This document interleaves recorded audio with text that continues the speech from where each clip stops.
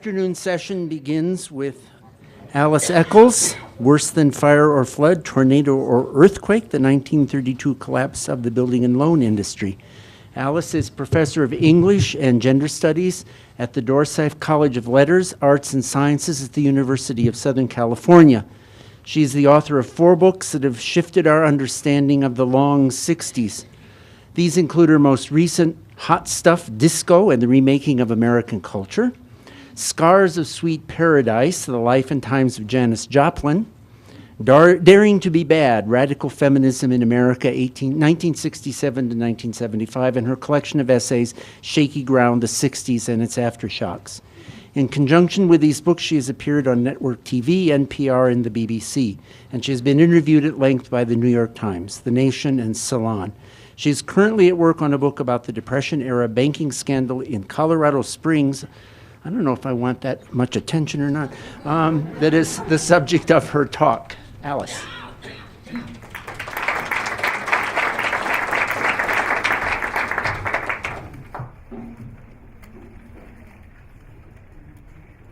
Well, this is terrific. It's just wonderful to see so many people here for this event. I want to thank, first of all, Mike, but also Tim Blevins, Chris Nickel, the Pikes Peak Library District, and its friends. This is a terrific event.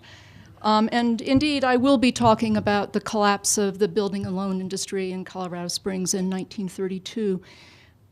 Make sure that, there we go. I'm going to just start with, there are many places in which one could open this story up. I'm going to start with the suicide of Willis Simms, who was a prominent banker here in Colorado Springs, a man who took his life on December 29th, 1931, at the back of his bank. Now, I haven't yet gotten bifocal, so it's the reluctant boomer, you know, it's the boomer in me who doesn't want to admit to the fact that I, in fact, at this point in time, do need them, but, so bear with me here. Okay, so Simms commits suicide. Over the next day or two, the leading local papers here in the Springs, which had been very, very reticent about really covering the story with any depth. It was really a story they wanted to avoid. Admitted what the Denver Post had said from the very beginning, which was that Willis Simms was troubled by the state of his personal finances. On New Year's Eve, the papers reported that the state bank commissioner would be taking over the affairs of Simms's bank for the purpose of liquidation. And the bank commissioner, a man by the name of McPherson, said that his suicide had eroded the public's confidence in his bank, making liquidation the only reasonable option. Now, the local papers were, I think, reticent to cover this story and to dig too deep because Willis Simms really epitomized middle-class respectability here in the Springs. His first successful career was as the founder with his brother, who was also equally prominent, perhaps a little more so, of a credit reporting company. But he was very active in civic affairs. You know, any lodge, any fraternal order in Miss Springs, he was a part of it. During the First World War, he had chaired the local branch of the 4-Minute Men, which, as some of you know, was a patriotic group. He had served as a state senator. Like Charles Hamlin, the publisher of the Colorado Springs Gazette and the Evening Telegraph, Simms was also a very major player in the Republican Party. So this was a very well-positioned man. And it took almost 6 months, really, for the Gazette to reveal that what had really, sort of the backstory to this, which is that Simms had caused a $23,158 loss to the State Savings Bank, which was his bank. And, you know, this is interesting because Simms was, of course, a man who had judged for a number of years the creditworthiness of others in Colorado Springs. And he ended up dying with his own banking account overdrawn by $34. By the summer of 1932, it was generally understood that Simms's suicide marked the beginning of the disastrous collapse of the city's entire building and loan industry, leaving 7,000 depositors to wonder if they would ever again see their money. One depositor, a prominent union leader, spoke for many when he said that the crash had caused more devastation, this is the title of my talk, than fire or flood, tornado, or earthquake. Now, the story of the collapse of this industry is pretty much a lost history. Stephen J. Leonard mentions it in his 1993 book about Depression-era Colorado. But that's, to the best of my knowledge, its lone appearance in the scholarly literature. There are, I think, reasons that it's remained understudied. For one, Colorado Springs, rich and unusual though its history is, has not benefited nearly enough from the popularity of the new Western history. At least that's my view. For another, this story of the collapse of this B&L industry is the story of Main Street. It's not the story of Wall Street. And it's really been the story of Wall Street that has until recently been the focus of a lot of work on the Great Depression. This bias has persisted despite the fact that many people, particularly wage earners and those of modest means, I would argue, felt more affected by the crash of their B&L or small local bank than by developments at larger institutions. Perhaps another reason that this story has really remained below the radar is that it runs counter to the ways in which we imagine banking worked in this country. If we today even think about building and loan associations, and I'm not sure many people do, what comes to mind is that old holiday chestnut, It's a Wonderful Life, whose portrait of a building and loan lines up very well with the ways in which these associations were originally conceived in Britain, which was as a way of fostering home ownership among the laboring classes. Now, in Frank Capra's 1946 film, Jimmy Stewart plays George Bailey, a thwarted but very honest man who operates the B&L that his father had founded. And Bailey himself didn't actually want to spend his life cooped up in his dad's cramped, walk-up office. But his father dies suddenly, and he certainly realizes that without the association, the working people of Bedford Falls will find themselves further victimized by the town's all-powerful banker, Henry F. Potter. How many people have seen It's a Wonderful Life here? Okay, that's what I thought. Right demographic, okay. Now, this is a movie that pits the big-hearted populist George Bailey against the town's Scrooge banker, Potter, and slumlord as well. Obviously, this association of bigness with badness did not begin with Capra's movie, but it persists today, I think, and I think it's been reinforced as well by the Great Recession, which I guess technically is over, although it doesn't really feel that way to many people, I think. Now, what I found as I've been researching this story, and I've been working on it for about a decade, is that the collapse of the B&L industry here in Miss Springs was hardly unique.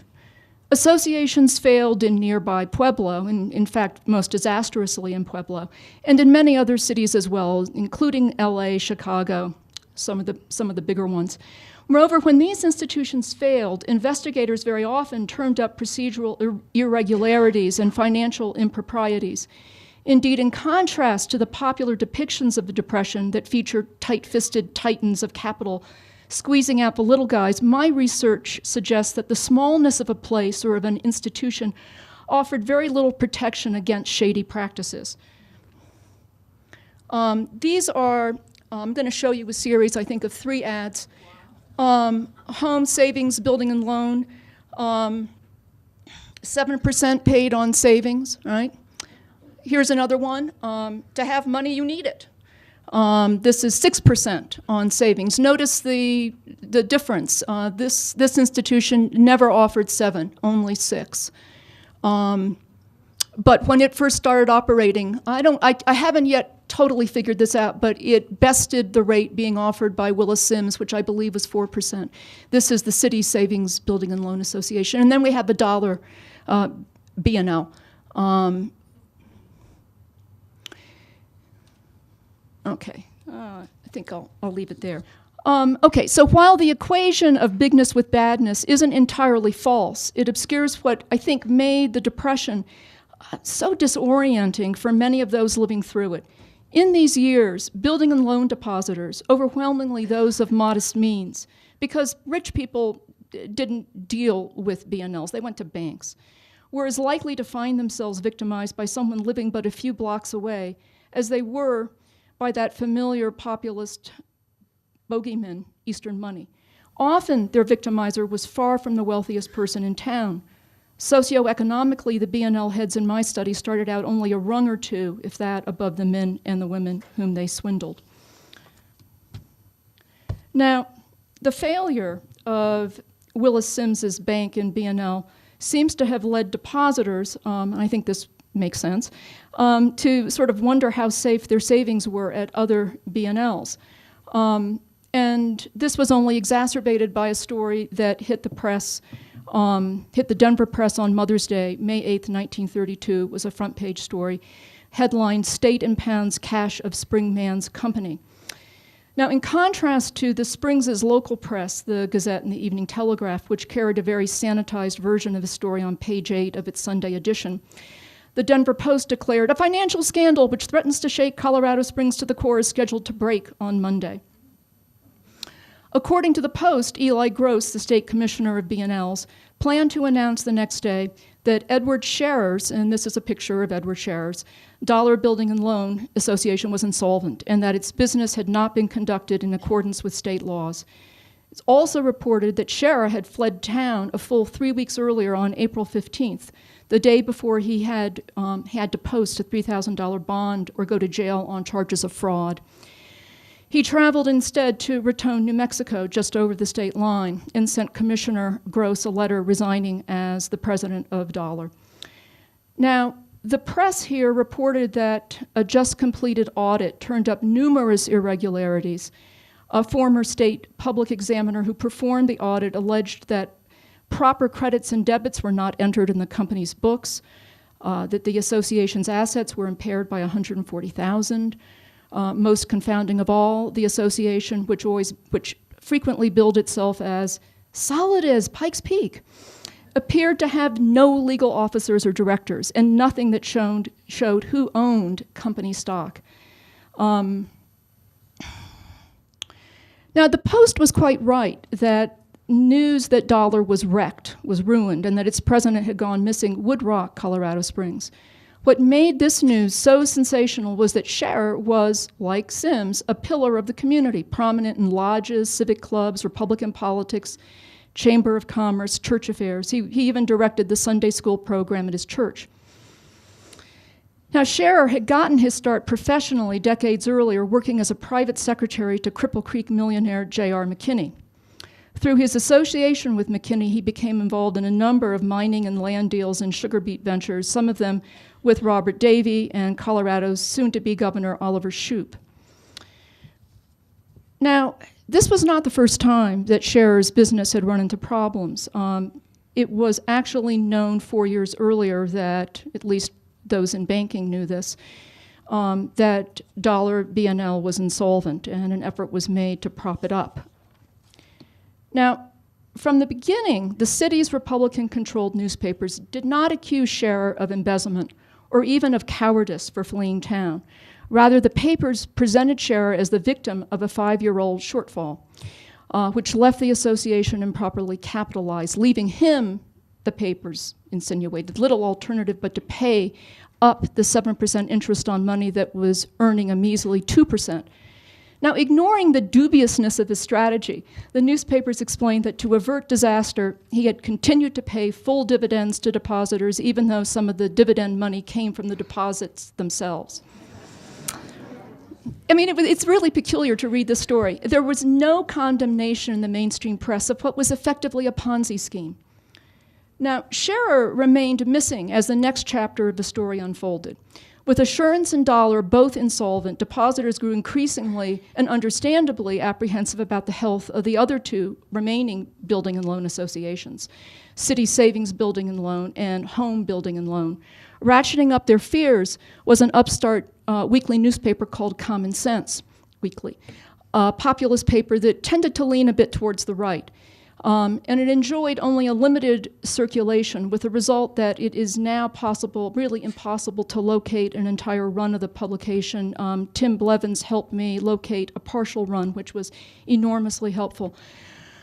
However, even the Post admitted, I mean, common sense liked to boast that it was the one that had revealed the sort of depths of and the depravity of the scandal and the people who had perpetrated it. And even the Denver Post admitted that Common Sense was the paper that blew the lid off the scandal. Given the timidity of the Springs paper's coverage, it must have been the weekly's coverage itself that drove grim-faced depositors desperate to recover their savings to these B&Ls. Now, it was only after the situation had indisputably become a crisis in the third week of June 1932 that the mainstream press revealed what had been happening at these associations, which included some depositors who were quite desperate, obviously, trying to get their money from the owners of these associations. Townspeople really learned how bad the crisis was on June 21st when the Evening Telegraph ran a front-page story with the headline, City Savings Loan Association Placed in Receivership. 1/5 of the city had their money with Walter Clyde Davis, who ran this institution. And I wanted to show you. This was Common Sense Weekly. This is the banner. I'll leave this up for a second. Plenty of the town's poor people turned to Walter Davis when they were short of cash. Davis's association was the biggest in central Colorado, was said to have $2 million in deposits, $500,000 in government bonds. His ads always emphasized that his business was supervised by the state of Colorado. It didn't probably hurt his reputation that his younger brother, Roy A. Davis, was a well-respected Springs businessman and Republican state senator. Now, the authorities then decided, well, we're going to open up this Davis Fellows safety deposit boxes. And they were expecting to find a fortune there. And instead what they found was either worthless or the biggest find was $3,700 worth of Liberty bonds. After this was discovered, the Gazette featured a huge banner headline, Walter Davis and $1,000 are missing. Now, this is not from the Colorado Springs paper, this is from Denver. This was just delivered a huge body blow to the city. Davis himself, as I said, had 6,000 depositors. None of the other local B&Ls came close to matching city's stunning $1 million+ shortfall, the equivalent of roughly about $20 million today. Davis and his money were missing, but the paper reported that day that there was a ray of hope. Because it turned out that for more than 2 decades, Davis had been amassing a great deal of life insurance. By 1930, he had purchased so many policies that a Denver paper named him the second most insured man in Colorado.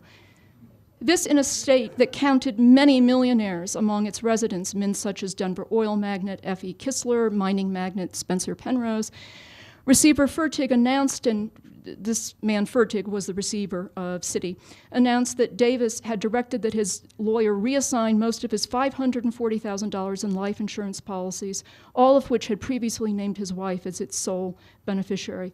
With the exception of $100,000, which he wanted reserved for his wife, he asked that his policies now be reassigned to one of his companies. And he wrote a letter to his lawyer that said, if anything happens to me, the insurance can be applied to association assets. While Davis remained on the lam, both Fred Bentel, who was the guy who headed up Home, and Ed Scherer were arrested. Bentel was arrested on charges of embezzlement. He seemed relieved, told the police he was ready to take his medicine. The state of his association was a real mess. He had kept notations on mere slips of papers, which he had put into the pigeonholes of his desk. Now, very different coverage given Bentel and Scherer, and Common Sense predicted that Bentel would be the only one of the B&Lers who would serve time, and attributed it to Bentel's one-time membership in the KKK. That's a story I don't have time to pursue here, but it's an interesting one. Bentel, 51 years old, does in fact plead guilty. This is Walter Clyde Davis. This is Bentel. He pleads guilty, and he's sentenced to between 16 and 35 years in the state prison. Afterwards, a very weepy Bentel apologized, but insisted his embezzlement was unintentional, even though it may not look that way. By contrast, Ed Scherer always maintained his innocence in claiming he was a pawn in the very unpopular Walter Davis's game. Time and again, he characterized Davis as the power behind the throne. He was a mere hired man. That sort of seems to me a little unlikely because Scherer was so much better positioned in the Springs than Walter Davis. But again, I don't have time to totally explain that. But Scherer keeps saying, I'm innocent, I'm innocent. He mounts appeal after appeal after appeal, which he's able to do probably because he has very well-placed friends. Well over a year after his arrest, he's still in the county jail, but at least he's not in the state pen. I find his name next in the 1937 edition of the LA City Directory. So I don't know how much more time in jail Scherer served, but I can't find him as somebody who was actually in the state pen, although I may be wrong. I think the outcome with Scherer really shows us that it is possible that he was able to wiggle out of his problems, out of his jam, through his own stubborn denial of wrongdoing, his lawyer's very skillful manipulation of the appeals process, and his connections, which may have included a state Supreme Court justice who always ruled in his favor. Now, let me just say, I have how many more minutes? I don't?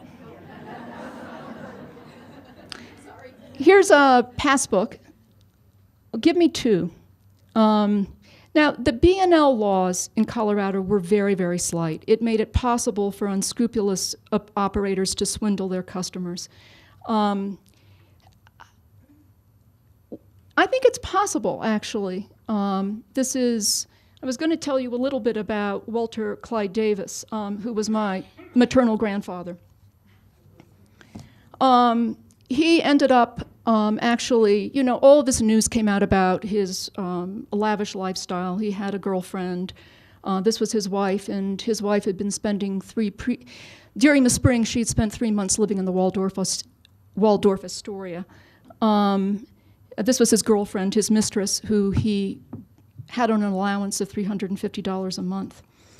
Now, I think it's, had Walter Davis not led such a scandalous life, it's possible, given the weakness of the laws, that had he returned to Colorado Springs, he would have been able to play the same game that Ed Scherer played. But that wasn't possible. He was arrested in New York by two detectives who recognized his picture from a True Detective magazine. Out of deference to the fact that he was a banker, they let him wear his necktie into the jail cell. He used it to kill himself that very night. Now, I just want to say that, this was a crisis at the time that was framed very much in terms of disaster.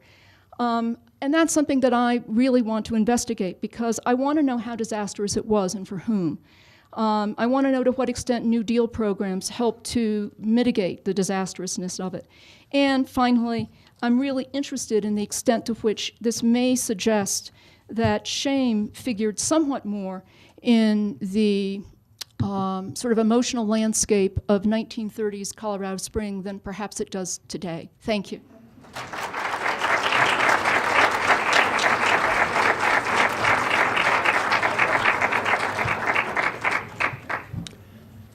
John Himmelreich is going to speak to us on human-caused geological disasters, which is intriguing, and ticking time bombs.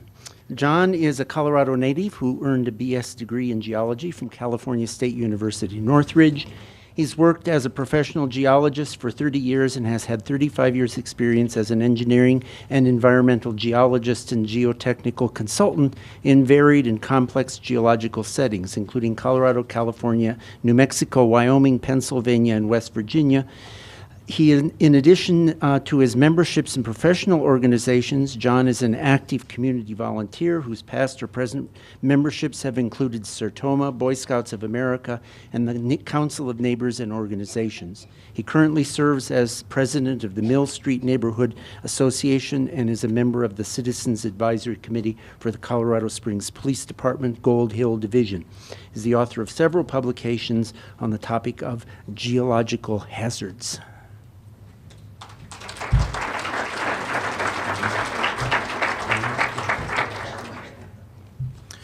Good afternoon.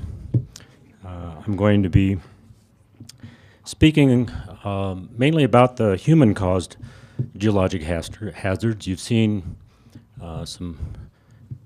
quite a good amount of information relative to the floods. So I'm going to concentrate on the landslides, debris flows, and the mine subsidence here in Colorado Springs.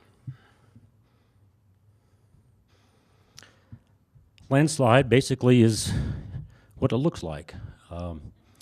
The different features of the landslide are illustrated on this slide, and it shows some of the primary features, including the head and the scarp, and a lot of times you'll see cracks, either transverse, longitudinal cracks near the toe or along the sides.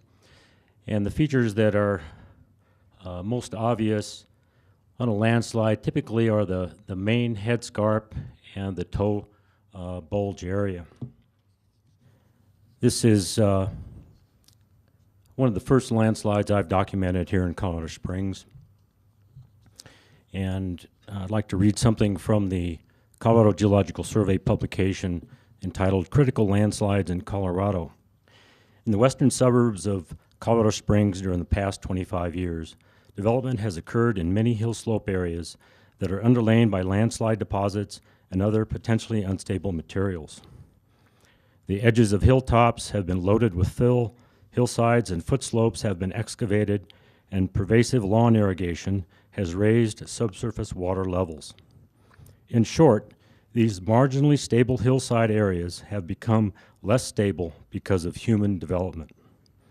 This has made the marginally stable slope areas more sensitive to climatic events such as heavy snowfall seasons, prolonged and heavy monsoon precipitation events, or large cloudburst type thunderstorms.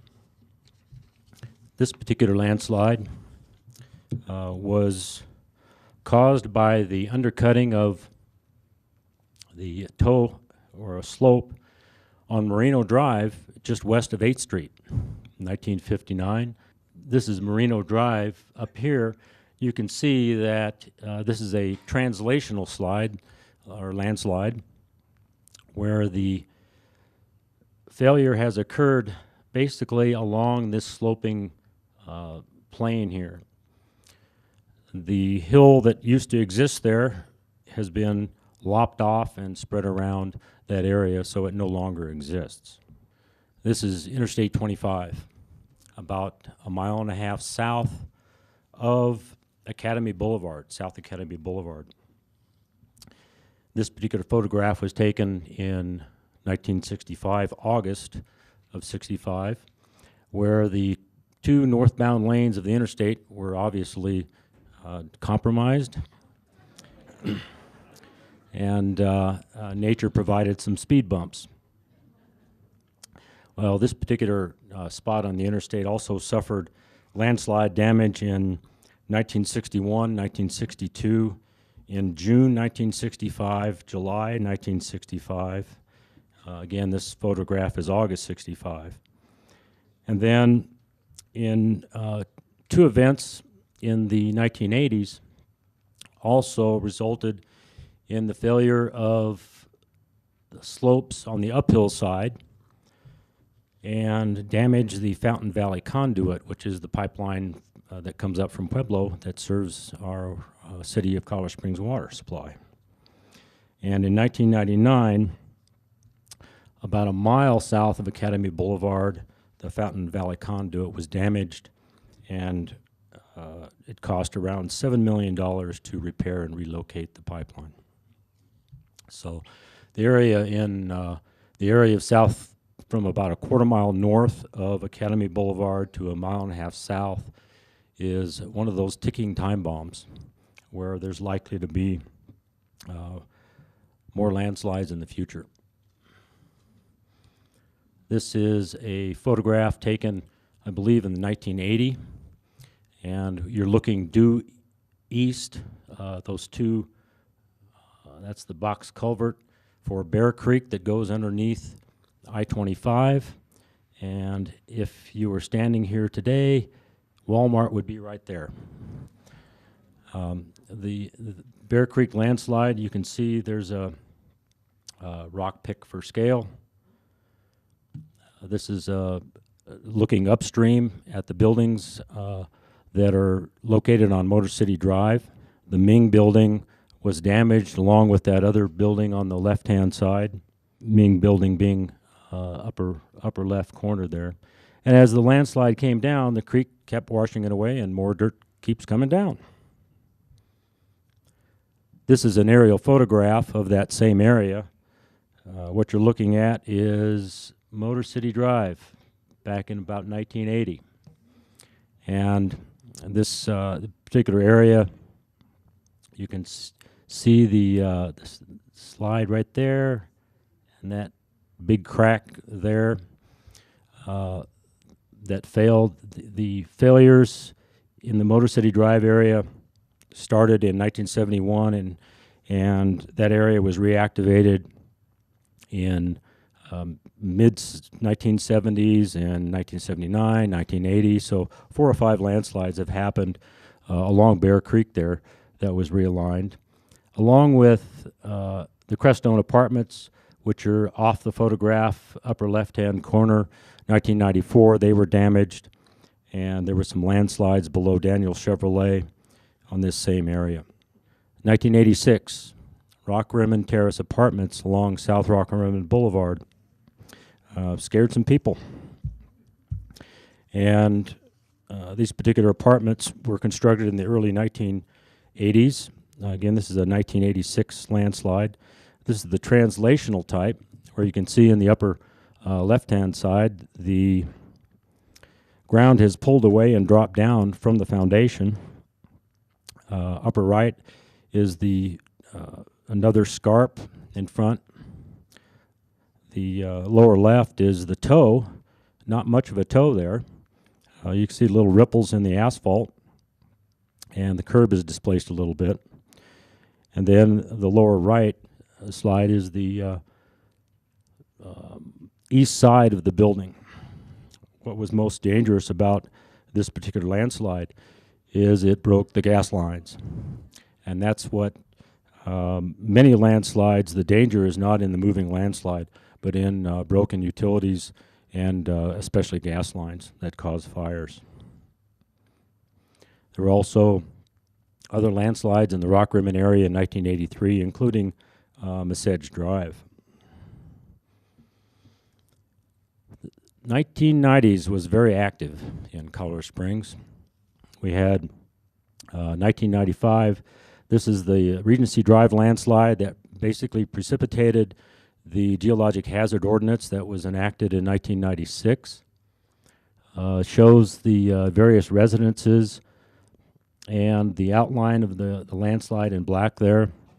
This is a fairly typical rotational slide where you have the tears or scarps up here and then this bulging toe down below. These houses were eventually demolished in 2000, 2001, which I'll get to a little later. This is a photograph of Ken Garrison's house that was pushed off the foundation and split in two.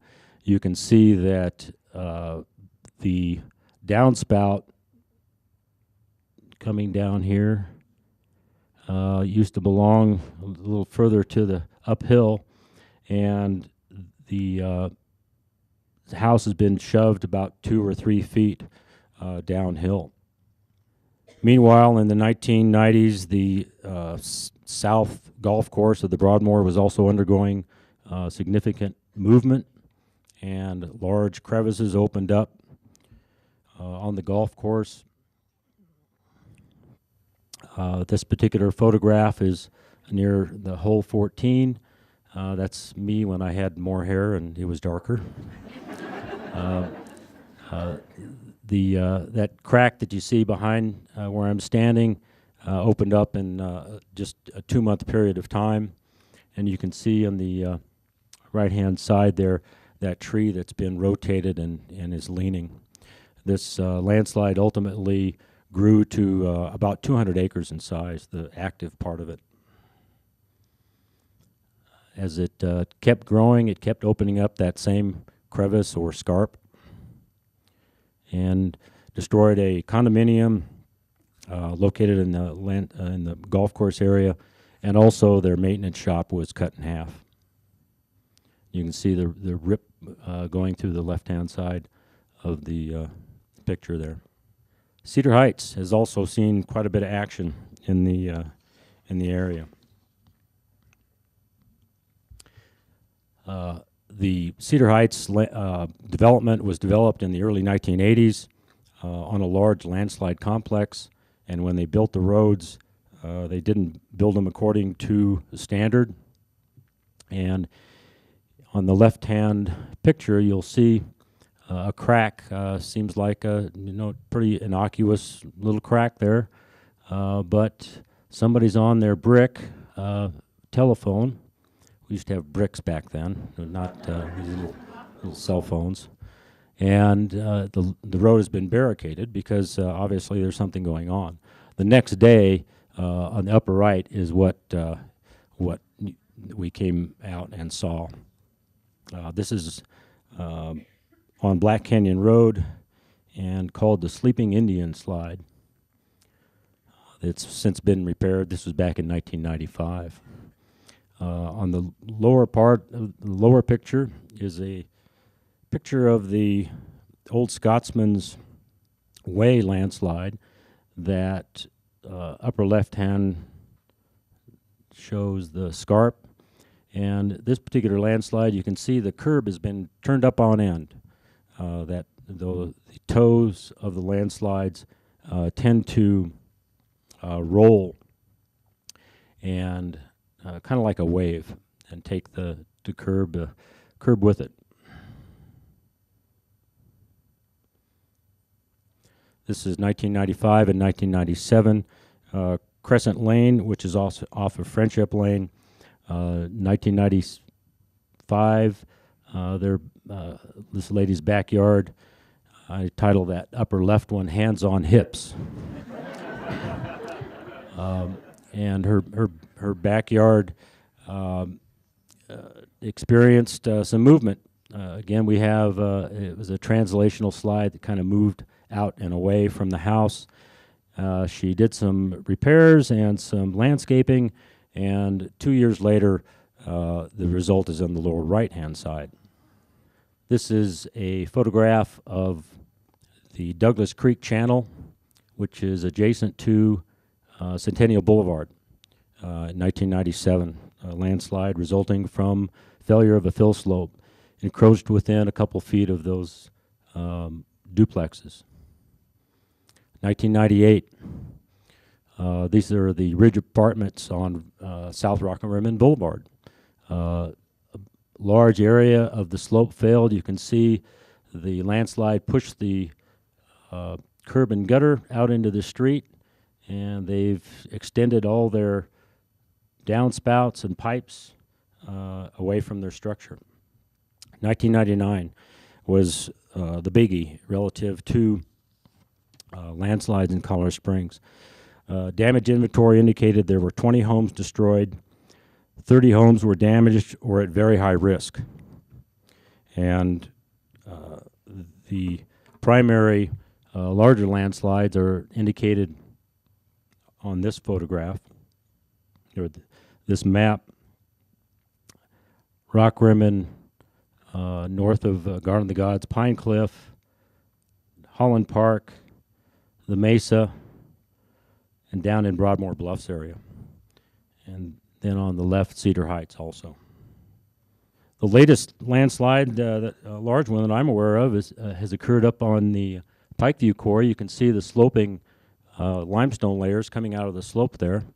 And landslide, large landslide displaced about 1.5 million tons of rock in 2008, and then another 250,000 or so in 2009, and now this landslide is probably well above 2 million tons displaced and encroaching, I believe, way back in here on the Forest Service property. debris flows are a hybrid between a flood and a landslide. They're about 50% mud and rock and debris and 50% water. Typical flood sediment will be sand and gravel, such as this one, 1965 flood. As you get closer to the mountain front, the rocks get bigger and the sticks get bigger. This is a debris basin near Cheyenne Mountain, down probably 3/4 of a mile downslope from the Cheyenne Mountain area. It shows the debris backed up and filling up this basin. The logs are getting a little bit bigger, and we've got boulders basketball size. This is the parking lot for the Cheyenne Mountain Zoo, July 25th, 1965. A major storm event, same one that took out I-25 back in 1965. You can see on the upper left a building. This is presently the Hippo House. The boulders are getting larger, and so are the chunks of trees. There's quite a bit of sand and gravel and sediment in this area where it deposited. And as you get, again, closer to the mountain front, you see the boulders, they're getting fairly large. This is the Hippo House again that you saw from below. And the boulders, the trees, these are about as large as they got in the area of the zoo. Where the Hippo House was damaged, along with the great ape house that was under construction, was completely demolished. This is during the cleanup. You can see the size of the boulders that came down. Some more of the debris from 1965, basically just boulders and logs, and not much sand and gravel. Norad, this is the entrance, north entrance to Norad, 1965. It was also blocked by mud and debris. And the south entrance was also blocked.